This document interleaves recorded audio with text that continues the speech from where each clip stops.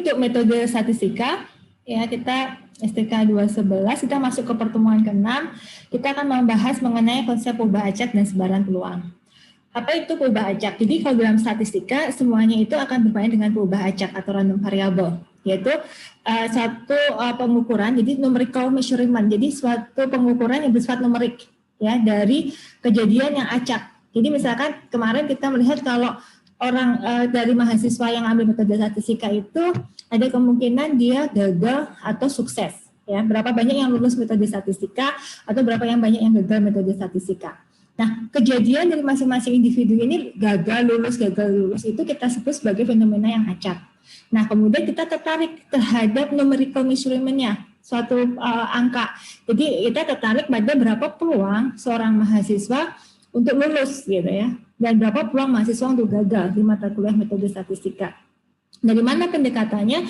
Mungkin bisa dilihat dari yang tahun lalu, misalkan dari 4.000 yang mengambil, sekitar 3.900-nya adalah lulus dari metode statistika, hanya 100 yang tidak lulus atau bahkan cuma 50 yang tidak lulus. Berarti peluang seorang mahasiswa untuk lulus dari metode statistika itu adalah besar, ya. Nah, apa itu kriteria lulus? Kriteria lulus adalah kalau dia mendapat nilai minimal D. Jadi A, AB, B, BC, C, dan D itu dikatakan dia lulus. Kalau dia dapat F, berarti dia tidak lulus. Tapi kalau untuk mahasiswa statistika, karena metode statistika adalah prasyarat, situ aja, karena adalah kuliah prasyarat, sehingga D itu harus diulang supaya dapat nilai yang bagus. Ya, nah itu. Jadi kita mengkuantifikasikan, membuat suatu yang bersifat kuantitatif untuk kejadian yang bersifat acak gitu. Ya, jadi itulah disebut dengan random variable. Ya. Nah, jadi di sini adalah perubahan acak merupakan suatu fungsi yang memetakan ruang kejadian dari fungsi ke ruang bilangan real atau wilayah fungsi. Ya. Jadi fungsi perubahan, jadi kalau dulu kita belajar waktu SD atau SMA ya, SD, waktu, sebentar, ya Stephen mau ada pertanyaan, silahkan. Tadi Stephen raise hand, ada mau pertanyaan Stephen? Nggak jadi, ya. Oke. Oh ya, nggak apa, oke. Nah, sekarang perubahan acak merupakan suatu fungsi yang memetakan daerah fungsi ke wilayah bilangan real. Jadi kalau dulu kita punya daerah asal gitu ya, ini daerah, kita punya daerah asal, ini kita fungsikan, ini adalah daerah asal, ya.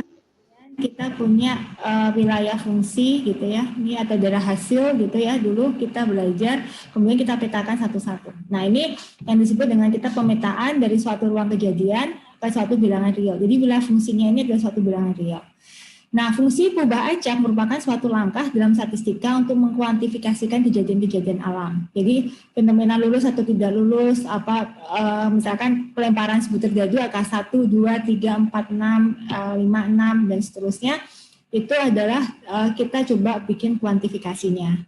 Nah, pendefinisian fungsi perubahan acak ini harus memetakan setiap kejadian dalam ruang contoh dengan tepat satu ke bilangan real. Jadi kalau di sini ada ruang kejadian, ini pemetaannya adalah tepat satu, ya, tepat satu.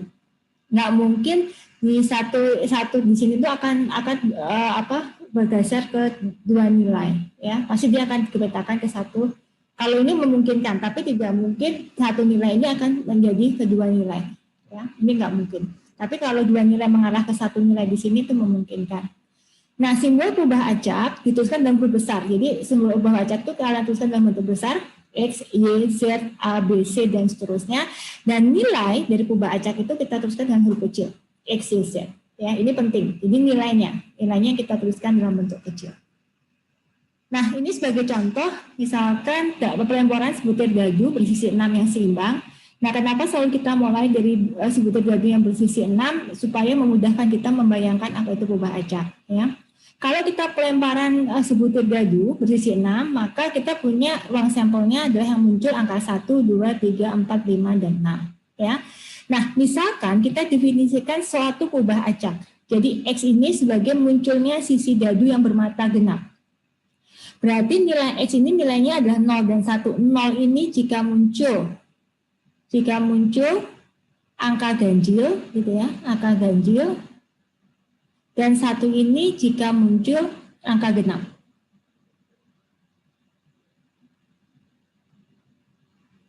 Ya. Nah, sehingga darah fungsi kita 1, 2, 3, 4, 5, 6, kalau dia ganjil, dia akan mengarah ke nilai 1. Ini yang disebut dengan fungsi 1, 1 tadi. 1, 3, 5 akan ke angka 0. Tapi kalau 2, 4, 6, dia akan mengarah ke angka 1. Ya, makanya disebut dengan, berarti X ini kita sebut sebagai perubahan acak. Munculnya sisi dadu yang bermata genap. Ya.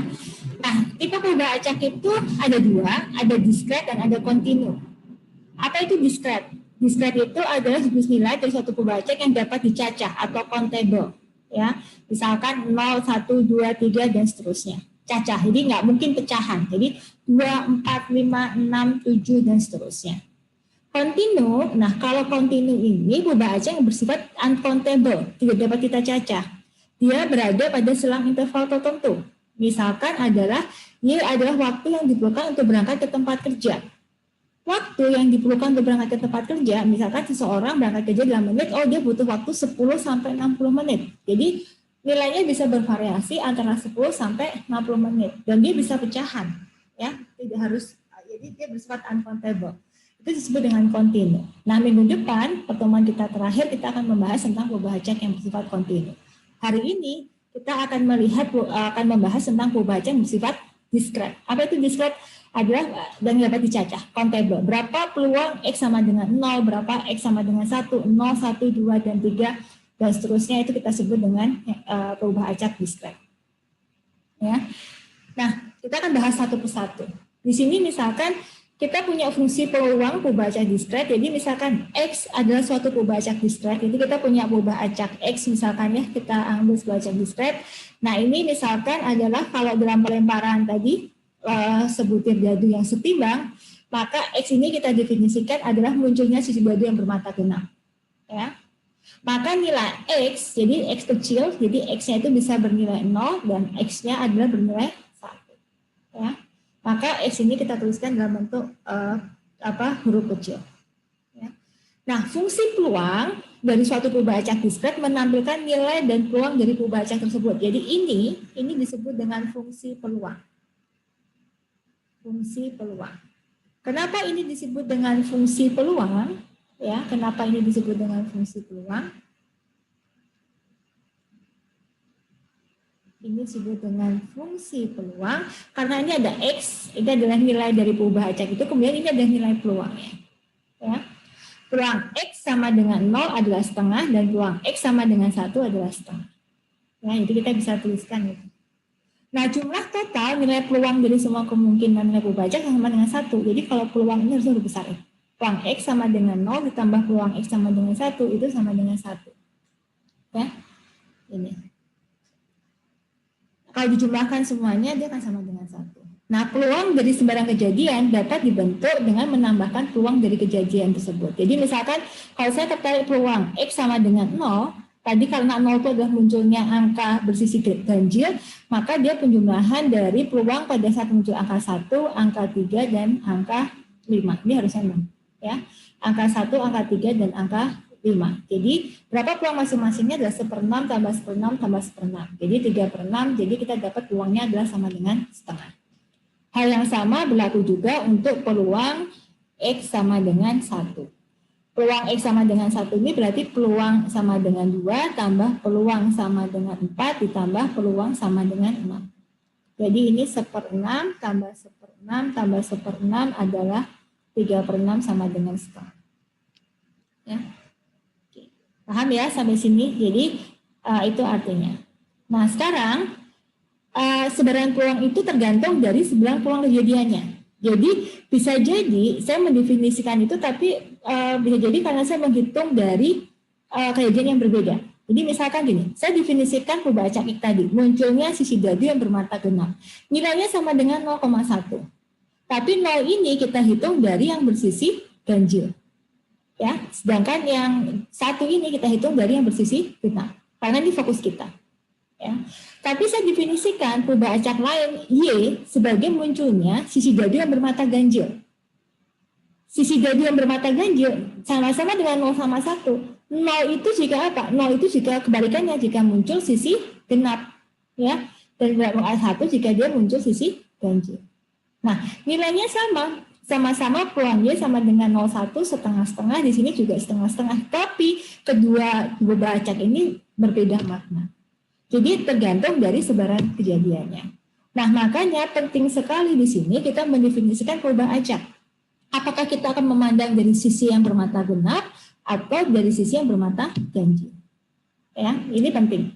Jadi dari manapun kita menyelesaikan akan sama, cuma kita perlu tahu definisi dari masing-masing perubahan penjelas tadi. Bisa dipahami ya sampai sini? Oke. Nah, sekarang gini, fungsi peluang perubahan acak diskret itu bisa ditampilkan dalam fungsi seperti ini. Jadi kalau digambarkan, saya bisa dapat. Jadi kalau misalkan ini peluang X sama dengan setengah, X sama dengan 1/2, saya bisa dapatkan ini. Oh, ini berarti peluangnya sama-sama setengah. Ya, sama. Tapi kalau misalkan saya punya perubahan acak Y, yaitu banyaknya siswa yang lulus, misalkan saya punya Y-nya adalah 0,1 sampai 6, ini adalah nilai Y-nya, ini adalah nilai peluangnya, saya bisa gambarkan fungsinya seperti ini. Ya. Jadi fungsinya adalah cenderung simetrik, artinya dia paling banyak, banyaknya siswa yang lulus adalah 3, peluangnya paling besar, kemudian kurang dari 3 akan membentuk pola yang sama. Nah, ini kita bisa gambarkan dalam bentuk bar chart. Ya. Atau diagram batang untuk menggambarkan fungsi peluang. Paham ya? Oke. Nah, sekarang kita bermain dengan fungsi kumulatif. Apa yang dimaksud dengan fungsi kumulatif? Sesuai dengan namanya, fungsi kumulatif merupakan suatu nilai peluang dari suatu perubahan acak di mana nilainya kurang dari atau sama dengan X. Ya, jadi kalau saya dituliskan sebagai peluang X kurang dari sama dengan X. Jadi kalau di sini saya punya X, di sini adalah nilai peluangnya, jadi ini adalah peluang X sama dengan 0, jadi ini adalah peluang X sama dengan 0, di sini adalah peluang X sama dengan 1. Kalau fungsi kumulatifnya, maka saya tuliskan kalau peluang X kurang dari sama dengan 0, artinya peluang X kurang dari 0 ditambah peluang X sama dengan 0. Nah, kita tahu selain peluang ini, selain itu kan berarti 0 peluangnya. Jadi peluang X kurang dari 0 adalah 0, kemudian peluang X sama dengan 0 adalah 0,016. Jadi peluang X kurang dari sama dengan 0 adalah 0,016. Nah, kalau peluang X kurang dari 1 sama dengan 1, berarti di sini, ya, berarti berapa nilai yang kurang dari sama dengan 1? Berarti peluang X sama dengan 0 ditambah peluang X sama dengan 1. Jadi 0,016 ditambahkan 0,094, dapat 0,109. Nah, kalau peluang X kurang dari sama dengan 2, artinya apa? Ini kita tambahkan peluang X sama dengan 0, peluang X sama dengan 1, X sama dengan 2 dapat 0,344. Ya. Terakhir kalau kita mencari peluang X kurang dari 6 adalah penjumlahan dari semua X atau peluang X kurang dari sama dengan 5 ditambah peluang X sama dengan 6. Jadi totalnya sama dengan 1. Jadi kalau fungsi peluang kumulatif itu maksimalnya adalah sama dengan 1. Ya, ini adalah disebut dengan fungsi kumulatif. Paham ya? Ini disebut dengan fungsi peluang, jadi perlu hati-hati, ini adalah fungsi peluangnya. Kalau ini kita sebut sebagai fungsi kumulatif. Fungsi kumulatif. Paham ya sampai sini? Oke. Nah, sekarang apa bedanya fungsi peluang dan fungsi kumulatif? Jadi kalau tadi saya bentuk tabelnya, ini adalah fungsi peluangnya, ini fungsi kumulatifnya. Kalau fungsi peluang kita bisa tuliskan dalam bentuk diagram batang seperti ini. Jadi ini adalah peluang X sama dengan 0, peluang X sama dengan 1, jadi ini adalah peluang X sama dengan 0, ini adalah peluang X sama dengan 1, ini peluang X sama dengan 2, ini peluang X sama dengan 3 gitu ya, dan seterusnya. Nah, kalau fungsi kumulatifnya dia merupakan fungsi tangga. Jadi nilainya sama pada saat ini, kemudian karena dia diskret maka kalau dia ini berubah ini. Jadi fungsinya merupakan fungsi tangga. Terakhir dia akan mencapai nilai 1 untuk semua nilai di atas nilai 6. Ya. Jadi Anda bedakan antara fungsi peluang dengan fungsi kumulatifnya. Paham ya sampai sini? Nah, sekarang yang menarik adalah selalu pada saat kita punya sebaran, ini kan berarti kita bentuk sebarannya kita tahu. Nah, pada saat kita tahu bentuk sebarannya, maka yang menarik buat kita adalah kita ingin tahu Pusatnya ada di mana dan bagaimana penyebarannya. Ya. Nah, pusatnya itu adalah mu. Ya, pusatnya itu adalah mu. Sehingga kalau saya punya seperti ini, titik keseimbangannya ada di mana? Yang memisahkan sebelah kanan akan sama dengan sebelah kiri di mana? Itu disebut dengan mu. Ya. Kemudian kalau saya punya distribusinya seperti ini, berapa juga mu-nya? Nah, pertanyaannya adalah bagaimana cara kita menghitung mu? Ya, bagaimana cara kita menghitung mu atau rataan? Paham ya? Nah, sementara kita juga ingin tahu bagaimana bentuk sebaran datanya. Nah, bentuk sebaran data inilah kita kenal dengan simpangan bakunya. Ya. Oke. Nah, sekarang kita menghitung nilai tengah dari perubahan acak diskret. Nilai harapan dari perubahan acak adalah pemusatan dari nilai perubahan acak jika percobaannya dilakukan secara berulang-ulang sampai tak berhingga kali. Jadi ini adalah sebenarnya nilai harapan. Konsepnya adalah nilai harapan. Ya, kita mencari nilai harapan itu adalah mencari nilai pada saat jangka panjangnya seperti apa. Nah, secara matematis nilai harapan disimbolkan dengan nilai harapan dari X. Formulanya apa? Adalah X dikalikan dengan peluangnya. Ya. Jadi sebenarnya kalau dulu kita menghitung mu pada saat kita belajar awal ya minggu ketiga ini mu itu adalah kita sebagai penjumlahan dari semua data dibagi banyaknya data. Ini yang kalian pahami kan? Ini kalau saya tuliskan seperti ini adalah 1/n kali xn. Nah kalau di sini sum x1 sampai xn punya pembobot yang sama, yaitu sama-sama dengan 1/n. Ini adalah pembobot. Nah kalau menggunakan konsep peluang, nilai X ini diboboti terhadap nilai peluangnya. Kenapa? Karena peluang kejadian munculnya 0, 1, 2, 3 itu berbeda. Tidak sama semua. Dia beda. Sehingga kalau dalam konsep peluang, mu itu adalah rataan terboboti. Atau weighted mean. Ya, rataan terboboti. Berdasarkan berapa peluang itu muncul. Dalam kasus ini, peluang X sama dengan 3, peluangnya jauh lebih besar dia muncul dibandingkan peluang X sama dengan 0 atau peluang X sama dengan 0. Ya. Ini maknanya seperti itu. Paham ya? Oke. Nah, sekarang jadi sebenarnya kita menghitung nilai rataan terboboti berdasarkan nilai peluang. Sehingga bentuknya adalah X dikalikan dengan peluangnya. Jadi sama pada saat kita menghitung mu. Ya. Nah, ini contoh kasus, misalkan saya mendefinisikan X sebagai banyaknya siswa yang lulus dari 6 siswa. Ya, ini adalah fungsi peluangnya. Nah, untuk mencari mu dan nilai harapan X-nya tinggal perkalian antara X dengan TX-nya. Dikalikan 0 kali 0,016, 1 kali ini, 2 kali 0,34, 3 kali ini, dan seterusnya. Kemudian dijumlahkan dapat angka 3. Kalau pada posisi grafik, angka 3 itu apa sih? Pas di tengah keseimbangan ini kan? Ini. Ya, berarti nilai tertingginya itulah dianggap sebagai mu-nya. Nah, nilai tertingginya sebagai mu. Artinya apa? Rataan banyaknya siswa yang lulus itu sebanyak 3. Dari 6 berarti rataan banyaknya siswa yang lulus adalah sebanyak 3. Jadi kita bisa lihat dia maksimumnya ada di mana. Paham ya sampai sini? Oke. Nah sekarang sifat dari perubahan acak ini, kalau nilai harapan dari konstanta adalah konstanta, ya. Kalau saya perubahan acak itu dikalikan dengan konstanta, maka kita bisa selesaikan C, nilai harapan dari C kali X sama dengan C kali nilai harapan X. Kemudian kalau saya punya nilai harapan X plus Y adalah nilai harapan X plus minus nilai harapan Y. Ya. Nah ini contohnya seperti apa? Kalau saya punya nilai harapan 2 sama dengan berapa? 2. Kalau nilai harapan 10 sama dengan berapa? 10. Nilai harapan 20 sama dengan berapa? 20. Sama dengan 100. Ya, kenapa? Karena ini adalah konstanta. Ya. Nah, misalkan saya punya perubahan acak Y, di mana perubahan acak Y ini saya definisikan 2 kali perubahan acak X.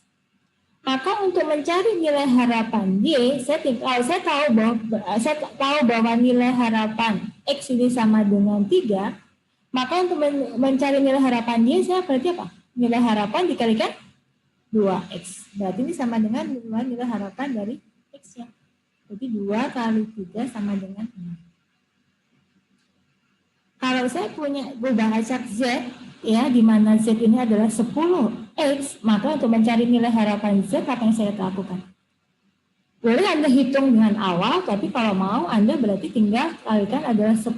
X sama dengan 10 kali nilai harapan dari X sama dengan 10 kali 3, sama dengan 30. Ya. Kita kalikan. Nah, kalau kita punya diketahui nilai harapan X sama dengan 3, nilai harapan Y sama dengan 4, kalau kita diminta menghitung nilai harapan X plus Y, maka itu adalah penjumlahan dari nilai harapan X-nya ditambahkan nilai harapan Y-nya. Jadi 3 tambah 4 sama dengan 7. Ini tadi adalah implementasi dari sifat-sifat tadi. Ya. Oke. Nah, sekarang kalau kita ada pertanyaan dulu tentang nilai harapan untuk menghitung mu? Lanjut, Bu. Ya, lanjut. Oke, saya lanjutkan. Nah, sekarang kita tadi selain mu, ya, selain mu, kita juga tertarik pada simpangan baku atau ragam. Ya, kita tertarik pada simpangan baku atau ukuran penyebaran dari perubahan acak. Ini sudah kita hitung, sekarang kita akan menghitung ragamnya. Nah, bagaimana cara kita menghitung keragaman dari suatu perubahan acak? Nah, ini. Ragam, ya, satu perubahan acak kita sebut dengan, Anda boleh tuliskan sebagai var X, boleh juga sebagai Vx, ini boleh, mana saja. Ini diberikan sebagai nilai harapan dari X dikurangi nilai harapan X yang dikuadratkan. Ya. Sehingga kalau secara konsep, ini akan menjadi sigma dari X min nilai harapan dari X yang dikuadratkan dikalikan Vx-nya. Ini adalah formulasinya. Tapi kalau ingin mencari formulasi yang lebih gampang, gitu ya, ini berdasarkan penguraian, ini sama saja dengan sigma kuadrat sama dengan nilai harapan dari X kuadrat dikurangi nilai harapan X, ya, X yang dikuadratkan. Saya menuliskan huruf X ini, X besar, saya menuliskannya sebagai X seperti ini. Kenapa? Supaya tahu itu adalah X besar. Karena kalau X besar dengan X kecil, ini adalah X yang saya tuliskan lebih besar dari X kecil yang di sini. Gitu ya. Jadi supaya membedakan antara X besar dengan tulisan, saya biasanya menuliskannya dalam bentuk seperti ini. Ya. Supaya tidak membingungkan. Itu aja sih. Ini adalah X dikurangi X besar, kemudian ada X kecil. Nah, kalau X kecil, saya menuliskannya dalam bentuk X cantik. Itu X cantik, jadi gini. Ya, jadi X-nya itu ini memang lebih kecil ya, tapi kalau saya nuliskannya dalam bentuk X cantik. Ya. Kalau Anda mau menuliskan seperti ini juga boleh. Ya. Mana yang nyaman buat Anda. Nah, apa itu nilai harapan dari X kuadrat? Nah, secara perhitungan akan lebih mudah, Anda tinggal X kuadrat dikalikan dengan Px. Ya. Nah, kalau nilai harapan X kan sama yang menghitung mu ya. Jadi biasanya metode yang kedua inilah yang lebih mudah kita untuk mencari formulanya. Nah, ingat sifat dari ragam itu adalah ragam dari konstanta itu 0. Ya, artinya ragam dari 2 itu adalah 0. Ragam dari 10 itu 0. Ragam dari 5 itu adalah 0. Ya. Nah, kemudian kalau saya punya Y, misalkan Y ini adalah 2 kali X, maka var dari Y adalah var dari berapa? 2 kalikan X sama dengan 4 kali var X. Ya, ini adalah sifat-sifatnya. Kenapa 4? Karena 2 kuadrat adalah 4. Nah, kalau Anda punya perubahan acak X dan Y, maka variansinya adalah variansi X tambah variansi Y plus minus kovarian X dan Y. Kalau dia kejadian saling bebas, maka kovarian X-nya ini dianggap sebagai sama dengan 0. Sehingga penjumlahannya hanya varian X ditambah dengan varian Y. Ini mau plus minus, ya, ini mau plus minus di sini tetap positif. Kenapa? Karena variansi itu adalah sesuatu yang dikuadratkan. Baik dia negatif atau positif, kalau dikuadratkan kita akan menghasilkan hasil yang positif. Nah, bagaimana cara menghitungnya? Berarti kita tinggal menghitung nih nilai harapan X kuadrat. Berarti XI kuadrat dikalikan peluangnya. Jadi ini dikuadratkan, dikalikan ini kuadrat, kalikan ini, 2 kuadrat, ini dikalikan, dijumlahkan. Ya. Nah, ini dapat 10,5. Sehingga ragamnya, ini adalah ragam, ya. adalah nilai harapan X kuadrat dikurangi nilai harapan X yang dikuadratkan. 10,5 dikurangi nilai harapan X tadi kita ketemu 3 kuadrat 9, jadi hasilnya adalah 1,5. Kemudian simpangan bakunya adalah akar dari 1,5. Ya, ada 1,225. Oke. Ada pertanyaan dulu mengenai sampai di sini tentang menghitung nilai harapan dan ragam untuk ubah acak diskret? Ada pertanyaan? Bisa diikuti ya? Bu, izin bertanya. Ya, silahkan. Dari tadi tuh peluang yang S itu memang sudah diketahui di soal ya Bu berarti? Sudah diketahui. Ya Bu, saya bingung kok tiba-tiba ada 0,16 gitu. Makasih Bu.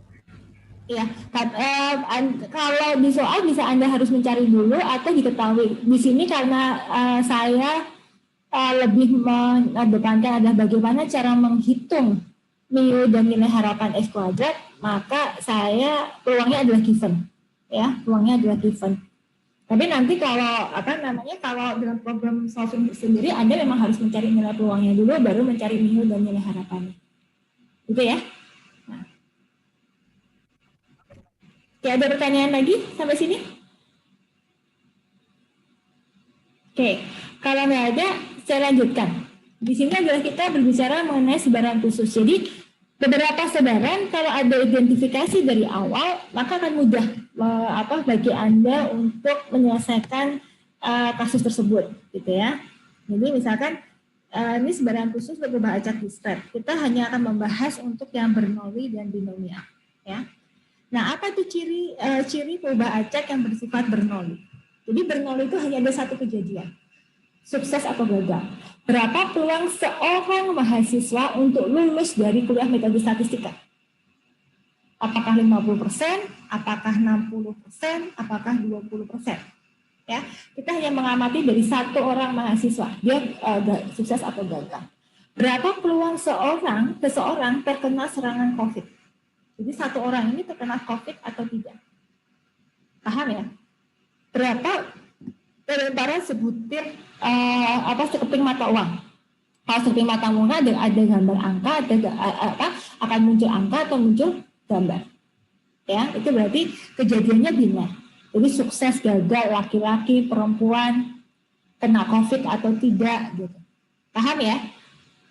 Nah, ubah acak ini bernilai 1 jika kejadian sukses atau bernilai 0 jika gagal, tergantung pusat perhatian kita. Kalau kita fokus pada sukses, maka sukses ini kita kasih angka 1. Tapi kalau kita fokus pada gagal, bisa jadi gagal ini ada kita kasih angka 1. Jadi tergantung fokus kita di mana. Kalau dalam kasus ini kita anggap adalah sukses, kita fokus pada sukses, sehingga sukses ini kita kasih angka 1. Kalau gagal kita kasih angka 0. Ya. Nah, peluang dia sukses kita simpulkan dengan P. Peluang dia gagal kita simpulkan dengan Q, ya, di mana Q ini diperoleh adalah 1 min P. Ya. Maka fungsi peluang Bernoulli kita bisa tuliskan dengan peluang X, P sama dengan PX kali dengan Q 1 min X untuk X sama dengan 0 dan 1. Artinya gini, kalau saya tuliskan adalah peluang 0, P, maka fungsinya ini adalah P pangkat 0 kali 1 min P pangkat 1. Ya. Kalau peluang sama dengan 1 itu adalah P pangkat 1 kali 1 min P pangkat 0. Sehingga di sini adalah 1 min P, sedangkan kalau peluang X sama dengan 1 adalah sebesar P. Peluangnya berapa? Ya. Nah ini kita ini kan, sehingga kita bisa tuliskan nih, kita bisa tuliskan dalam bentuk X ini sama dengan 0 dalam bentuk peluang seperti ini, ya kita bisa tuliskan. Jadi peluang X sama dengan X kecil saya bisa tuliskan dalam bentuk peluang X kecil. Ya, jadi saya tuliskan peluang X gitu ya. Ini adalah kalau 0 tadi sebesar P, kalau 1 adalah sebesar, ini 1 min P, ini adalah P. Sehingga nilai harapan X itu apa? Nilai harapan X-nya adalah 0 dikalikan dengan 1 min P ditambah 1 dikalikan P sama dengan P. Kita buktikan nilai harapan X-nya sama dengan P. Ya. Nah, kita dengan cara yang sama, kita bisa buktikan variansi X-nya adalah P dengan 1 min P. Dapat dari mana? Kalau saya mencari nilai harapan X kuadrat, berarti 0 kuadrat kali 1 min P ditambah 1 kuadrat kali P. Hasilnya apa? P kan? Nah, sehingga part dari X itu hasilnya apa? Min di P dikurangi P kuadrat. P dikalikan 1 min P. Ya, sehingga ini kebuktian seperti itu. Jadi, kalau kita tahu bahwa itu fungsi peluang Bernoulli, maka peluangnya adalah sebesar P kalau dia sama dengan 1, dan 0 adalah sebesar 1 min P. Ya, itu. Nah, contohnya apa? Ya ini, kalau misalkan kita bermain bola basket, kita akan melakukan lemparan bebas. Kalau dia pemain profesional, berarti peluang bola itu masuk ke ring adalah lebih besar kan, 80%. Maka peluang gagal itu adalah 20%. Nah, kalau saya disuruh lempar masuk ke bola basket, mungkin peluang saya masuk adalah 30%, peluang saya gagal 70%. Artinya apa? Kalau saya yang lempar, maka peluang saya gagal jauh lebih besar.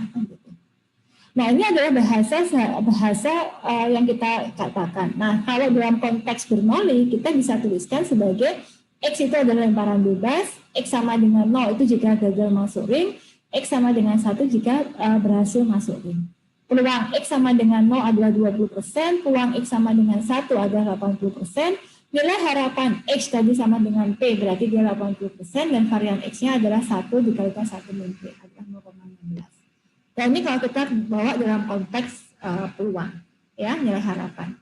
Sama dengan seorang pemain bola akan melakukan tendangan penalti. Kalau dia pemain profesional, kalau pemain dunia, dan dia striker handalan, peluang dia masuk pasti akan jauh lebih besar. Misalkan dia 95%, peluang gagalnya adalah 5%. Nah, itu kalau kita tuliskan dalam konteks sebaran perubahan acak, berarti Y ini adalah tendangan penalti, Y sama dengan 0 jika tendangan penalti gagal, Y sama dengan 1 jika tendangan penalti berhasil. Maka kita bisa tuliskan seperti ini. Nah, ini adalah konsep pada saat kita melakukan bagaimana kita melihat itu dalam konteks perubahan acak. Walaupun sebenarnya kita temuin sehari-hari. Nah, karena ada satu kali melakukan lemparan bebas atau satu kali melakukan tendangan penalti, maka dikatakan kita mempunyai sebaran Bernoulli. Terus bagaimana kalau saya melakukan adalah 3 kali lemparan bebas? Nah, berapa peluang saya sukses dari lemparan bebas tadi? Berapa peluang saya gagal dari 3 kali lemparan itu? Nah, kalau kita sudah berbicara lebih dari 1, maka kita masuk ke peluang binomial. Ya. Jadi peluang binomial itu adalah terdiri dari N kejadian Bernoulli yang saling bebas.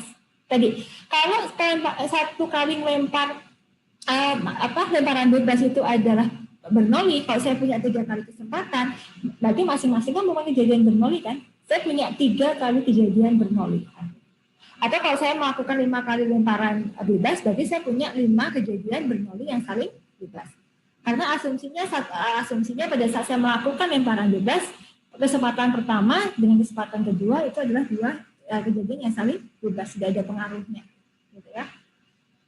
Nah, kemudian nilainya, jadi kalau ketiganya gagal semua, misalkan saya fokus pada yang keberhasilan, pada yang berhasil, kalau ketiganya adalah 3-tiganya gagal, maka peluang X adalah 0. Ya, jadi nilainya itu bisa 0, bisa 1, bisa 2, sampai N kejadian tadi. Kalau saya nyoba 3 kali, berarti bisa jadi saya gagal semua, 1 kali berhasil, 2 kali berhasil, atau ketiga-tiganya saya berhasil. Nah, kalau seperti itu saya sebut dengan kejadian binomial.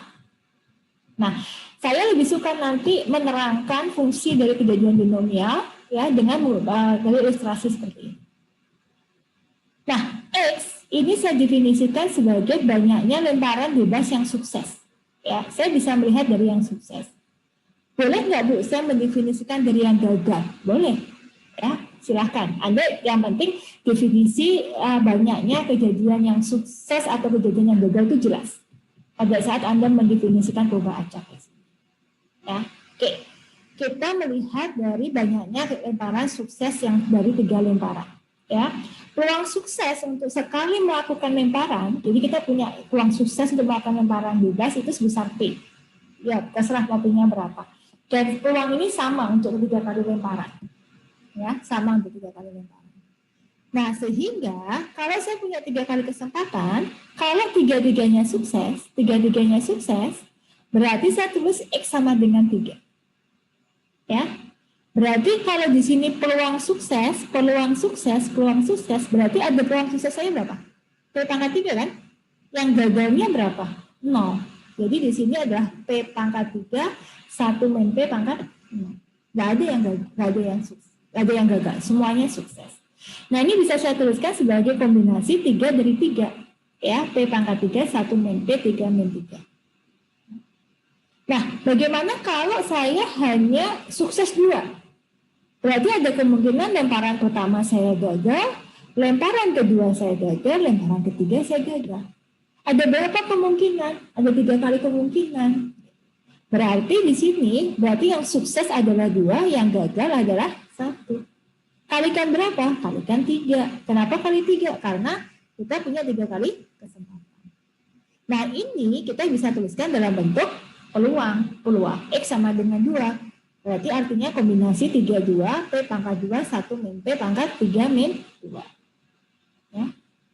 Nah, bagaimana kalau saya hanya 1 kali sukses? 1 kali sukses berarti bisa di lemparan pertama, lemparan kedua, atau lemparan ketiga. Sehingga peluangnya berapa? P. 1 kali sukses kan, dikalikan 1 min P pangkat 2, karena 2 kali gagal, kalikan 3 kali kemungkinan.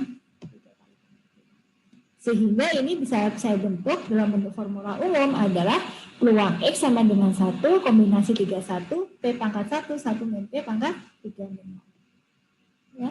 Nah, kalau tiga-tiganya gagal, berarti ini adalah 1 min P pangkat 3. Nah, ini bisa kita tuliskan adalah peluang X sama dengan 0, 3 pangkat 0 PX.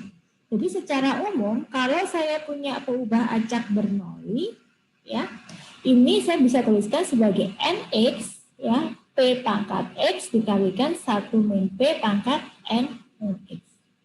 Ya, di mana X ini nilainya antara 0, 1, 2, 3, sampai dengan 4. Ini adalah fungsi dari peubah acak X. Ya. Oke, ada pertanyaan sampai sini? Paham ya?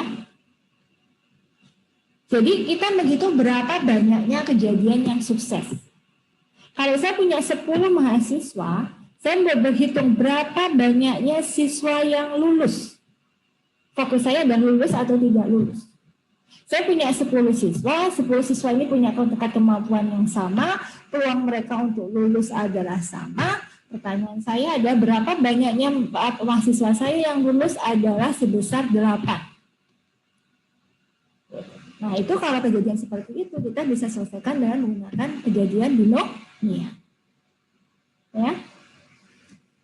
Nah, kalau kita sudah tahu kejadian binomial, maka nilai harapan dari X itu mudah saja. Karena tadi nilai harapan dari X itu adalah penjumlahan dari nilai harapan Bernoulli, ya. Kita punya kejadian Bernoulli.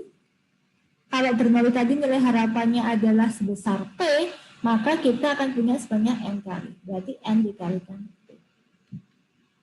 Ya. Kemudian ragamnya juga sama, karena kita punya N kejadian Bernoulli, sehingga ragamnya kalau ragam Bernoulli adalah 1 P kali 1 min P, maka kita kalikan sebanyak dengan N. Maka kalau kita sudah identifikasi dia sebagai kejadian binomial, maka ragamnya tinggal N P kali 1 min P. Jadi tadi bisa menjawab pertanyaan itu ya. Jadi apa bedanya Bernoulli dengan binomial? Kalau Bernoulli kita hanya bermain dengan 1 kali kesempatan. Tapi kalau binomial kita bermain dengan N kali kesempatan. Kemudian ada kejadian sukses atau gagal. Kita tertarik kepada berapa banyaknya kejadian yang sukses. Ya, di mana setiap peluang sukses dari masing-masing kejadian adalah sama, yaitu sebesar P. Maka itu adalah merupakan kejadian binomial. Bisa dipahami sampai sini? Bisa ya? Oke. Sekarang kita lanjutkan, ini ada soal latihan. Peluang turun hujan per hari diketahui 0,6. Jika pengamatan dilakukan dalam 1 minggu, hitunglah berapa peluang tidak turun hujan dalam 1 minggu. Nah, ini kita lihat, kita identifikasi ini merupakan kejadian binomial atau tidak, Bernoulli atau tidak. Di sini ada pengamatan kan? Pengamatan kita apa? Hujan dengan tidak hujan. Ya. Kemudian peluang turun hujan per hari itu sebanyak P0,6. Dilakukan selama 1 minggu. 1 minggu itu berarti ada berapa hari? 1 minggu. 1 minggu itu berarti N-nya ada sebanyak 7. Ya kan? Peluang dia turun hujan sama dengan 0,6. Berarti peluang tidak turun hujan adalah besar 0,4. Nah, ini kita selesaikan dengan menggunakan konsep binomial. Kenapa? Karena kita menghitung berapa banyaknya turun hujan. Nah, untuk menyelesaikan ini, Anda harus definisikan dulu peubah acaknya apa. Ya, apakah Anda memandang dari hari turun hujan atau Anda memandang dari hari tidak turun hujan? Ya. Dan ini harus jelas peubah acaknya. Ini makanya saya contohkan di sini. Kita misalkan saya definisikan banyaknya hari turun hujan. Banyaknya hari turun hujan. Berarti kalau X sama dengan 0, berarti tidak turun hujan sama sekali. Kalau X sama dengan 1, dari 7 hari tadi, minimal ada 1 hari yang 1 kali turun hujan. Ya. Kalau X sama dengan 2, artinya dari 7 hari tadi, 2 hari adalah turun hujan. Ya, maksudnya. Sehingga P-nya 0,6, 1 min P-nya ada 1 min 0,6, 0,4. Sehingga kalau ditanya, berapa peluang tidak turun hujan dalam 1 minggu? Berarti peluang X sama dengan berapa? 0. Ya, berarti kombinasi 7, 0, 0,6 pangkat 0, 0,4 pangkat 7. Ya, berarti ini hasilnya adalah 0,0014. Nah, sekarang pertanyaan kedua adalah, berapa peluang paling sedikit turun hujan 1 hari dalam 1 minggu? Berarti peluang X lebih besar sama dengan 1. Ya. Nah, peluang X lebih besar sama dengan 1, artinya Anda menjumlahkan nih peluang X sama dengan 1, peluang X sama dengan 2, tambah peluang X sama dengan 3, tambah peluang X sama dengan 4, tambah peluang X sama dengan 5, tambah peluang X sama dengan 6, ditambah peluang X sama dengan 7. Ya, Anda boleh menghitung satu-satu. Tapi kalau kita menggunakan konsep komplement yang kita pelajari minggu lalu, berarti kalau peluang X lebih besar dari 1, yang nggak ada apa sih? Peluang X sama dengan 0 kan? Sehingga kita bisa selesaikan dengan 1 dikurangi peluang X sama dengan 0. Ya, ini cuma cara singkat untuk menjawab saja. Anda mau menghitung ini boleh, berarti Anda harus hitung masing-masing adalah ini kombinasi dari 71 dikalikan 0,6 pangkat 1 kalikan 0,4 pangkat berapa? Pangkat 6 gitu ya, 6 ya, dan seterusnya sampai dapat kombinasi 77 0,4 6 pangkat 7 kali 0,4 pangkat 6. Ya. Pasti ketemunya juga akan sama kalau dijumlah. Paham ya? Oke. Nah, sekarang ditanyakan yang pertanyaan yang ketiga. Rata-rata turunnya hari hujan dalam 1 minggu. Berarti dalam 1 minggu itu berapa banyak ini hujan? Berarti kan ini konsep nilai harapan. Kalau Anda menggunakan nilai harapan yang klasik, berarti Anda harus hitungkan peluang X sama dengan 0 sampai peluang X sama dengan 7 dikalikan baru dijumlahkan. Nah, kalau kalian tahu ini sebagai kejadian binomial, Anda bisa langsung aja mu sama dengan N kali P. Jadi rata-ratanya 4,2. Nah, rata-rata 4,2 itu di mana? Lihat ini. Kalau ini distribusinya, maka titik keseimbangannya ada di mana? Nah, ini Anda bisa lihat titik keseimbangannya ada di 4,2. Jadi angka 4,2 ini membagi data menjadi sama besar karena dia merupakan titik keseimbangan. Ya. Kemudian pertanyaan berikutnya adalah buatlah batas mu plus minus sigma untuk hari hujan. Jadi kita ingin melihat lamanya hari hujan dalam 1 minggu itu berkisar antara berapa hari sampai berapa hari sih. Nah, kita bisa gunakan konsep mu plus minus sigma. Jadi di sini kita hitung sigmanya dulu. Sigma adalah akar dari ragam. Ragamnya itu adalah NP kali 1 min P. Jadi akar 7 kali 0,6 kali 0,4 adalah 1,68 adalah 1,29. Sehingga mu ininya sekian, sehingga kita bisa katakan lamanya hari turun hujan dalam 1 minggu antara 2,904 sampai 5,496 hari. Bisa dipahami ya sampai sini? Ada pertanyaan?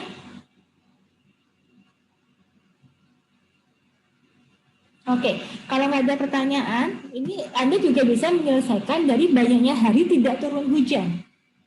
Ya, maaf, ini harusnya Y. Ini banyaknya hari tidak turun hujan.